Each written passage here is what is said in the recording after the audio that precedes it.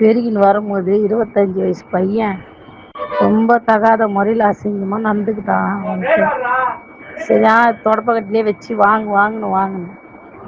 எங்கே தான் இருக்குது இந்த நாடுன்னே தெரியலங்க. சின்ன பையங்க, வயசானவங்க கூட வித்தியாசம் தெரியாத அசிங்கமாக பண்ணுங்கன்னா தான் நடக்குதுன்னே தெரியல.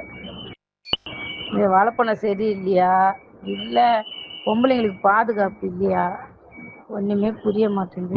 மீண்டும் சொல்றேன், நைட்டு 11 மணிக்கு ஆள் நடமாட்டம் இல்லாத ஒரு காட்டுப்பகுதிக்கு எதுக்கு அந்த பொண்ணு போனா? அப்படி போனதுனால அவளுக்கு இந்த மாதிரி நடக்கத்தான் செய்யும்னு சொன்னேன் ப்ரோ. வரிசையில் உன்னைய பூரா புடனையை சேர்த்து 2 தட்டு தட்டி மூஞ்சில சாணி அடிச்சு இந்த வீடியோவை காட்டி உன்னை நாத்த கிழிக்கிறதுக்கு தான் இந்த வீடியோ தூக்கிட்டு வந்து. மேட்ருக்கு போறதுக்கு முன்னாடி இவன் மூஞ்சியை நல்லா பாத்துக்கங்க. இவன் பேரு சாய் தேஜா, ஆந்திராவை சேர்ந்தவன், 25 வயசு இவனுக்கு. இந்த வெறி பிடிச்ச நாய் என்ன பண்ணிருக்க அப்படின்னா, சென்னையில ஒரு 2 நாளைக்கு முன்னாடி அடையார் பிரிட்ஜுக்கு கீழே ஒரு தூய்மை பணியாளர், அவங்களுக்கு 50 வயசு, அந்த லேடி அவங்களோட பணியில இருக்கும்போது இந்த நாய் பைக்ல வந்து அந்த இடத்துல நிப்பாட்டிட்டு அந்த லேடி முன்னாடி நின்னுகிட்டு ஆபாசமா பேசினது மட்டும் இல்லாம அந்த அசிங்கமான செயலை எப்படி சொல்றதுன்னு தெரியல. அதாவது பாலியல் அத்துமீறல்ல ஈடுபட்டிருக்கேன். உங்களுக்கே பார்த்தா ஓரளவுக்கு புரியும். அவன் பண்ண செயலை பார்த்து டக்குன்னு அதிர்ச்சியான அந்த தூய்மை பணியாளர் லேடி என்ன பண்றாங்கன்னா, டக்குன்னு அவங்க கையில வச்சிருந்த அந்த விளக்கமாறு இருக்கும், ரோட கூட்டுறதுக்காண்டி, அதாவது ரோட்ல கிடக்கிற அழுக்க சுத்தம் பண்றதுக்காண்டி ஒரு விளக்கமாறு வச்சிருப்பாங்கல்ல, அந்த விளக்கமாற வச்சு இந்த மாதிரி ஒரு அழுக்கு, எங்கேயோ எவங்களோ பெத்து விட்ட அழுக்கு இங்க வந்து இப்படி ஒரு ஈன வேலையை பார்த்துக்கிட்டு இருக்கல, இந்த அழுக்க அவங்க சுத்தம் பண்றதுக்காண்டி வச்சிருந்த அந்த விளக்கமாத்த வச்சு அடிச்சு துரத்தி. இப்ப நம்ம தமிழ்நாடு காவல்துறை இந்த ஆந்திராவை சேர்ந்த அசிங்கத்தை அரெஸ்ட் பண்ணி விசாரணை போயிட்டு இருக்கதா தகவல் தெரியும். இப்ப நம்ம மேட்டருக்கு வருவோம். அதாவது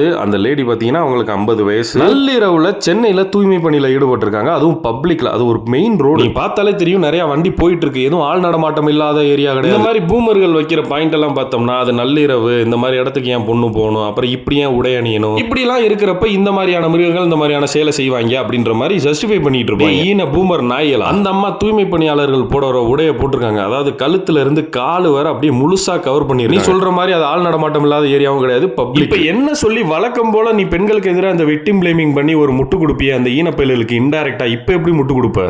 கண்டுபிடிப்போம்.